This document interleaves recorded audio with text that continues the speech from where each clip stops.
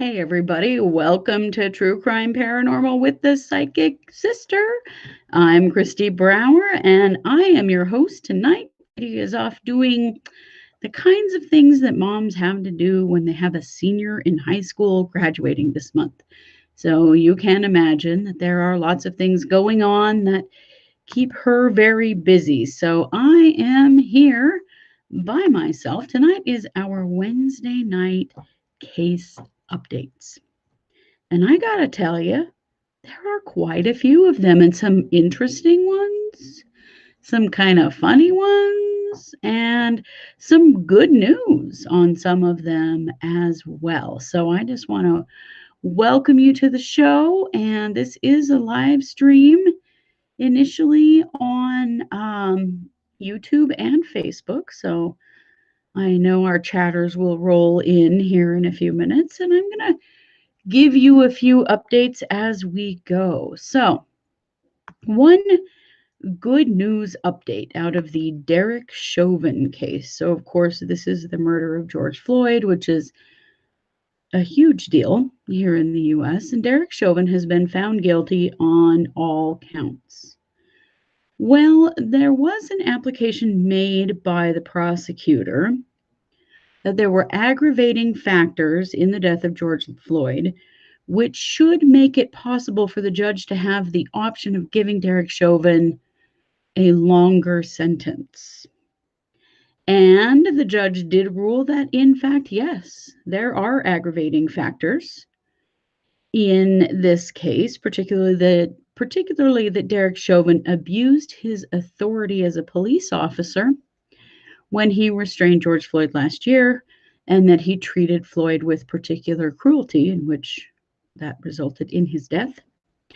He also cited the presence of children who witnessed this murder, and the fact that Chauvin was part of a group with at least 3 other people. So there were 4 people committing this murder.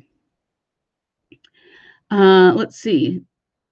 The judge also said that Chauvin and 2 other officers held Floyd handcuffed in a prone position on the street for an inordinate amount of time, and that Chauvin knew the restraint was dangerous. So the prolonged use of this technique was particularly egregious in that George Floyd made it clear that he was unable to breathe and expressed the view that he was dying as a result of the officer's restraint, which in fact was quite true and did in fact result in George Floyd's death. Now, even with the aggravating factors, most legal experts think that Derek Chauvin won't serve more than 30 years. He is to be sentenced on June 25th. However, there are federal charges pending now. They've now been filed against Derek Chauvin and the other 3 police officers involved, and these are hate crime charges, federal hate crime charges. And so there's way more coming for Derek Chauvin than this conviction. This conviction, of course, is very important, but it's only the beginning. So I was very pleased to see and hear about that because it's an important case and one that we need to keep an eye on. I want to say welcome to RJ and Jerry and Paula and Angie and Innocuous and Bianca and Cranky. Nice to see you all here. And I do have some more updates for you. Jerry says the Morphew and Valo case updates were so exciting. Yes. So last week we found out that Barry Morphew, couldn't remember his name for a minute, has been arrested and charged with the death of his wife. Unfortunately, that also indicates that they do know that Suzanne Morphew is dead, which is a sad moment, I think. We also have all kinds of things going on in the Vallow case. We know now several things. There is a grand jury that has been convened coming up on May 21st. So that's only next week, you guys. They will start to deliberate and they will start to review evidence and hear testimony to determine whether or not they can indict Lori Vallow and Chad Daybell for the murders of Tammy Daybell J.J. Vallow and Tylee Ryan. Murder charges, guys. This is big. But of course, they have to agree that there is enough evidence to indict. And so that's what we're waiting to hear about. We also have heard some things in the Lori Vallow Chad Daybell case about DNA. There's been some legal jockeying going on around DNA. Now, let me give you another update in the Daybell Vallow case that is, I don't know, bizarre, very bizarre. So, a couple of days ago, a subpoena was leaked on the internet. This subpoena has not actually even been served, but it's out there in the world, and we now know why. It is a subpoena for Nate Eaton, who is a journalist with East Idaho News. He's one of the journalists that broke the Daybell Vallow case. He's definitely someone who's been involved this entire time. He was in Hawaii when they arrested Lori. He was, right there when they found the bodies of the kids. I mean, he's been involved all along doing his thing as a journalist. And so it's a strange thing that he would be subpoenaed because, generally journalists are not subpoenaed because they have, legal rights to not be, to not be subpoenaed and to not be involved in these legal proceedings. So let me tell you, first of all, this subpoena is the weirdest freaking subpoena I have ever seen. I'm going to read it to you. This is from John Pryor. Now, John Pryor is Chad Daybell's attorney. And it starts out with, the state of Idaho sends greetings to Nate Eaton, East Idaho News. The state of Idaho, guys. Why? Then it says, you are hereby commanded to appear before the Honorable Judge Stephen W. Boyce, District Judge of the 7th Judicial District of the State of Idaho, in and for the County of Fremont, at the courtroom in the courthouse at St. Anthony, Idaho, on the 9th day of June 2021 at 9 a.m. as a witness in the above entitled action, which there wasn't really one. You are further commanded again, to bring with you the following items and documents. None. So this is kind of a big deal, of course, because Nate Eaton is a journalist and everyone's wondering why he would be subpoenaed. And so immediately there's been a bunch of stuff happen in which Nate Eaton is now represented. And I'm going to read what his attorney says, because obviously this is, a strange situation. Here's what Nate Eaton's attorney says. News reporters should not be conscripted as witnesses for either side in a criminal case, particularly in a case of such enormous public interest and concern. The First Amendment protects the independence of the press, so it can report on criminal cases and not be forced to become witnesses in them. We hope the defense will reconsider this course and withdraw the subpoena. If not, we will ask the court to quash the subpoena. This is Jeffrey J. Hunt, and you may have seen that this story hit national news yesterday. Anyway, just found this very, very interesting, and Nate was commanded. Okay, so we got a little more information here today, because what is he being subpoenaed for and being subpoenaed by the defense for? Right? Doesn't make a whole lot of sense. Well, turns out this has everything to do with a hearing to change venue. Now, that's a big deal, and that's something that's coming up, a hearing to change the venue from Madison County or Fremont County or wherever, that this was potentially going to be held, because it's not, it can't possibly, these trials cannot possibly be held here. They can't. There's no way they're going to be able to get, a clean jury.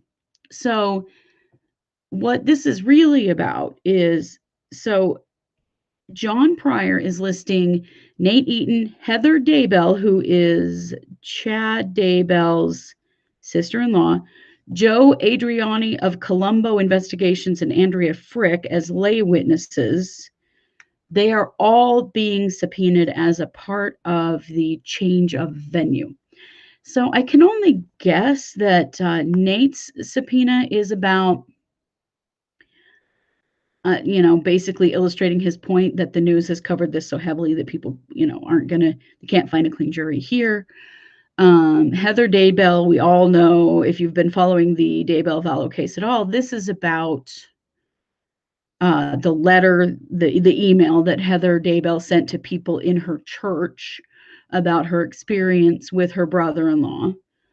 And then the other two people listed have to do with a survey that was done in the area regarding the case. Again, proof to change venue. All of it's kind of funny, I think, because I don't think there's anybody, including the prosecutor, that thinks that it's not a good idea to change venue. It clearly is. I mean, this has to happen, right?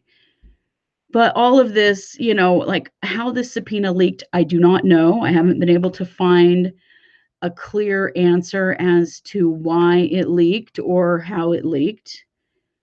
We don't know for sure if Nate will actually be subpoenaed, particularly now with everything that's happened. He probably won't be because, I mean, it's pretty clear that legally he can't be. So it's a strange situation. But of course it is, because it is the Daybell Vallow case, and it's always going to be a strange situation with this thing and this whole situation, this whole case. So we'll see what all of this, how all of this plays out. But subpoenaing the press is, just one more step in these guys don't know what the hell they are doing machine that is happening around the defense for Lori and Chad. Strange stuff. So there's so much stuff going on. So much of it is this undercurrent that we don't really know what's happening. And I'm hoping that soon we're going to learn more.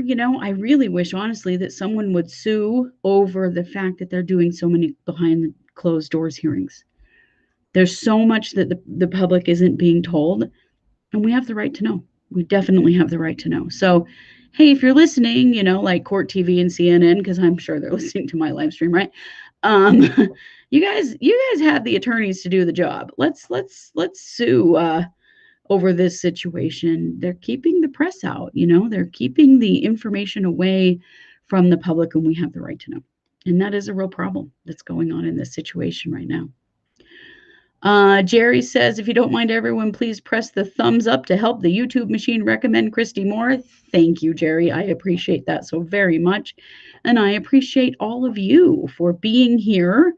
Let's see, Cranky, JR, Cooper, Candace, Paula. I think I welcomed everyone else that is here, but I really appreciate all of you being here tonight. Paula says, remember Pryor saying he would subpoena everyone Mr. Wood has spoken to since he was appointed special prosecutor for this case. Yeah, he wanted to subpoena Wood as a witness, except that he's the prosecutor, and that he's doing just that, right? And I really wonder how much of this is for the sensationalism. Is it his own office that leaked that subpoena? They're just trying to get more attention. Because as much as they say they don't like the attention, they create it all the time. And so I think that they actually do like the attention. I don't know. These guys sometimes, well, all the time, they just don't make a lot of sense when it comes to just actual, real legal, defend your clients kind of stuff. But I actually really do wonder, did he just leak this himself? Because then it would cause this big thing. It's caused a national response about how, journalists cannot be subpoenaed. And anyway, all this stuff. So that's what's going on in the Daybell Vallow case. I would absolutely give anything to be a fly on the wall during the grand jury proceedings. But of course, those are secret. So we won't know anything until they are done. What we will know is if they find that there is enough to indict. So this one thing to know, just for clarity, is that the grand jury is being done in place of a preliminary hearing. So we had a preliminary hearing with Chad Daybell. It was 2 days of we learned a lot. There's a lot of evidence. The FBI was there. Lots of people testified. There's all kinds of information coming out. So then because of, and the judge did find that there was probable cause to hold Chad over to district court for trial. Lori waived her preliminary hearing because it was going to be all the same information and it was going to be the same outcome, right?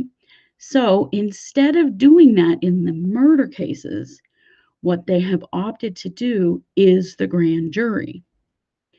Lots of reasons for that. One being that there are people who may be willing to testify behind closed doors who might not publicly. I said this last week, but I still really suspect that Chad's children may be involved in that.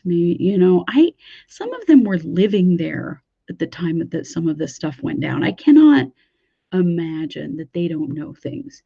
Probably things that they didn't realize at the time, but now they do. And of course, their mother is dead and now part of this, that her case is, her murder case is a part of this. So I feel like it is a wise move, but it's a real bummer move for the rest of us because we don't get to hear what they have to say.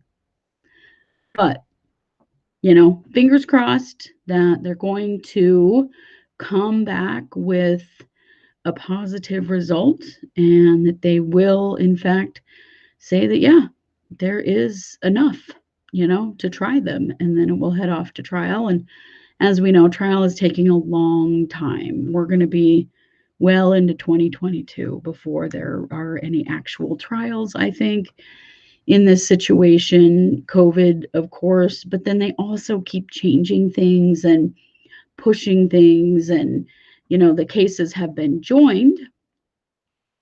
And now Pryor says that he is going to seek a severance. He wants them to be severed because he doesn't want them to be joined, which makes me think just, that Chad is going to flip on Lori. That is, I don't know. And this is still just in the destruction of evidence and the, concealing of evidence. This isn't even the murder trials. So it's all a lot of drama. It's taken a long time. But yet again, something weird happens that generally doesn't happen, like trying to subpoena a local journalist. So that's what's going on in the Daybell Vallow case.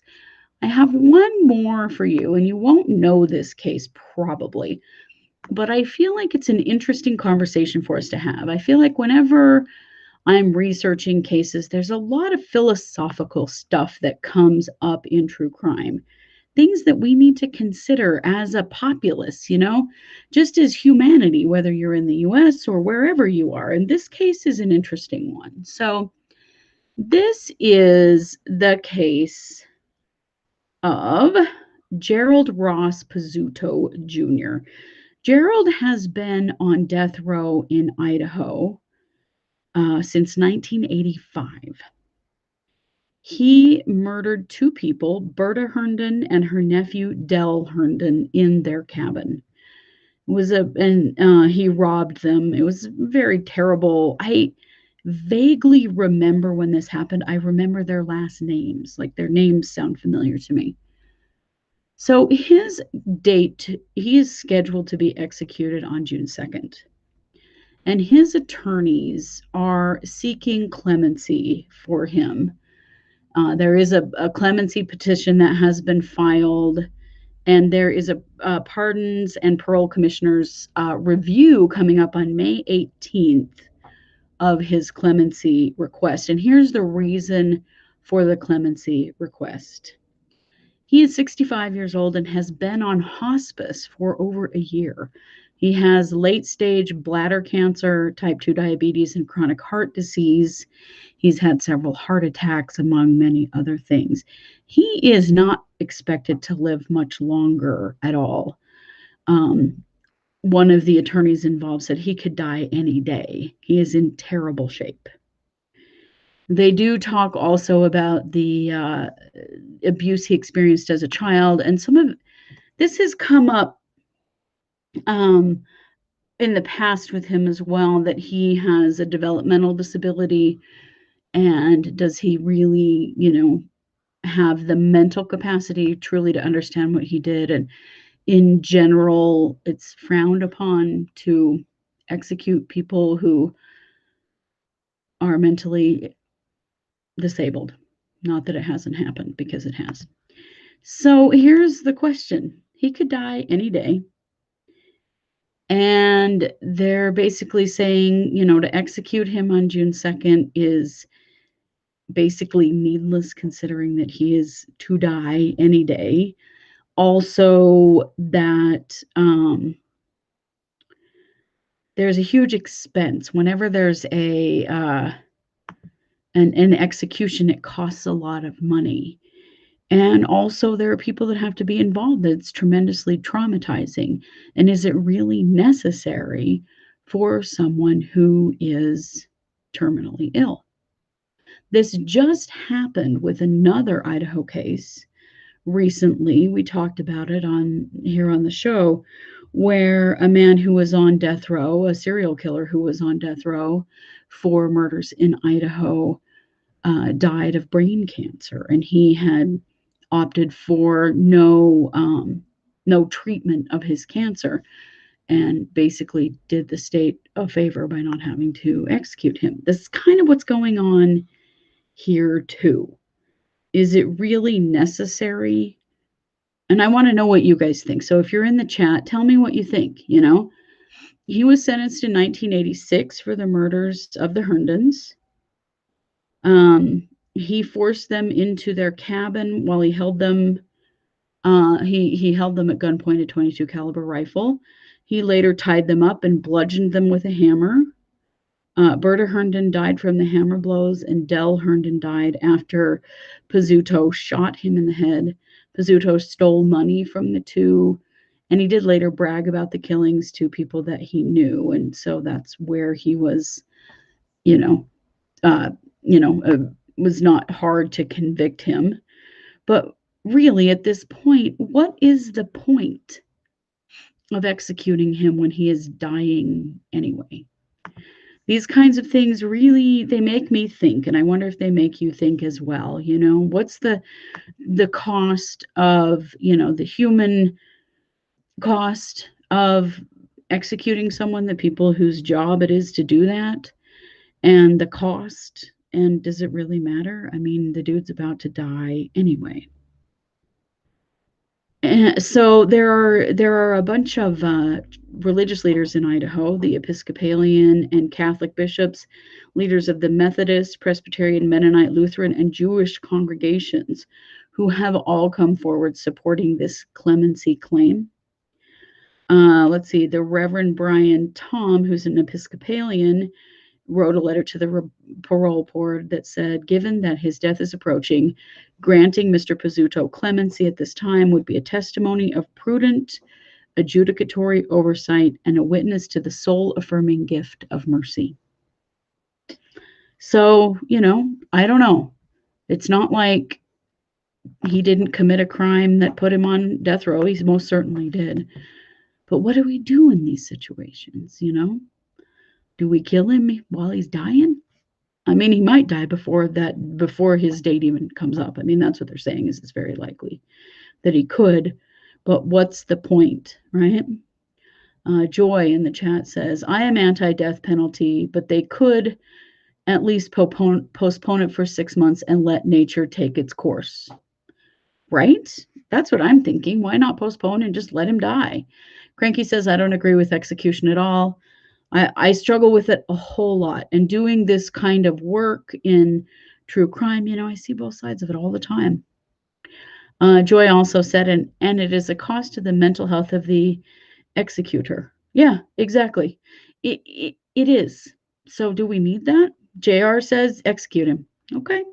And that's why I wanted to have this conversation, because I do think that it's an interesting one. And are there family members of the victims? How do they feel? I couldn't find anything about how they feel. They haven't said publicly if there is anyone left from that family. They have not said publicly what they think of this. So I don't know. I guess I leave it with you to think about, because I think as we do true crime and we find it entertaining, which of course we do, and that's okay. But some of it also, I think, brings us some things to think about when it comes to humanity. Let's see. Jerry says they delay executions all the time. They could do it here. They definitely could. They could kick it out 6 months and he'd be dead before then. Sounds like. Red Girl says if he's going to die soon, leave him be. Yeah, I tend to agree. Like, you got to kill somebody that's already dying. I don't know. What's the point of that? What's the point of going through all of it? He's going to die in prison either way. I don't know. Just something I wanted to kick to you guys to think about, because it is definitely a part of true crime, is this whole debate about execution, and about the death penalty, because it certainly comes up as a question sometimes. I did want to share as we wrap up tonight's update that JR did say we have a lot of major trials going on. Ghislaine Maxwell, Leticia, and Daybell. Yeah, we do. There's a lot going on right now. And over the summer, I think we're going to see a lot of movement in many cases, and we're going to have way more to talk about when it comes to all of this. So, as always, I'm super curious about it all, as I'm sure you are too. And I very curious to continue to report on whatever else is going to happen in the world, you guys. I never know. JR says maybe it should be the family's decision. No, that's an interesting thought. But then you give them the power over this man's life. And would they want to take it? I don't know if I would want to take it, I don't know. Joy says, I crave the day when the general population is trauma competent. I do as well, Joy. There's so much we need to work on. Yeah. So, well, you guys, that's everything that I have for you. We will be back tomorrow night with the Psychic Hour. That's at 7 p.m.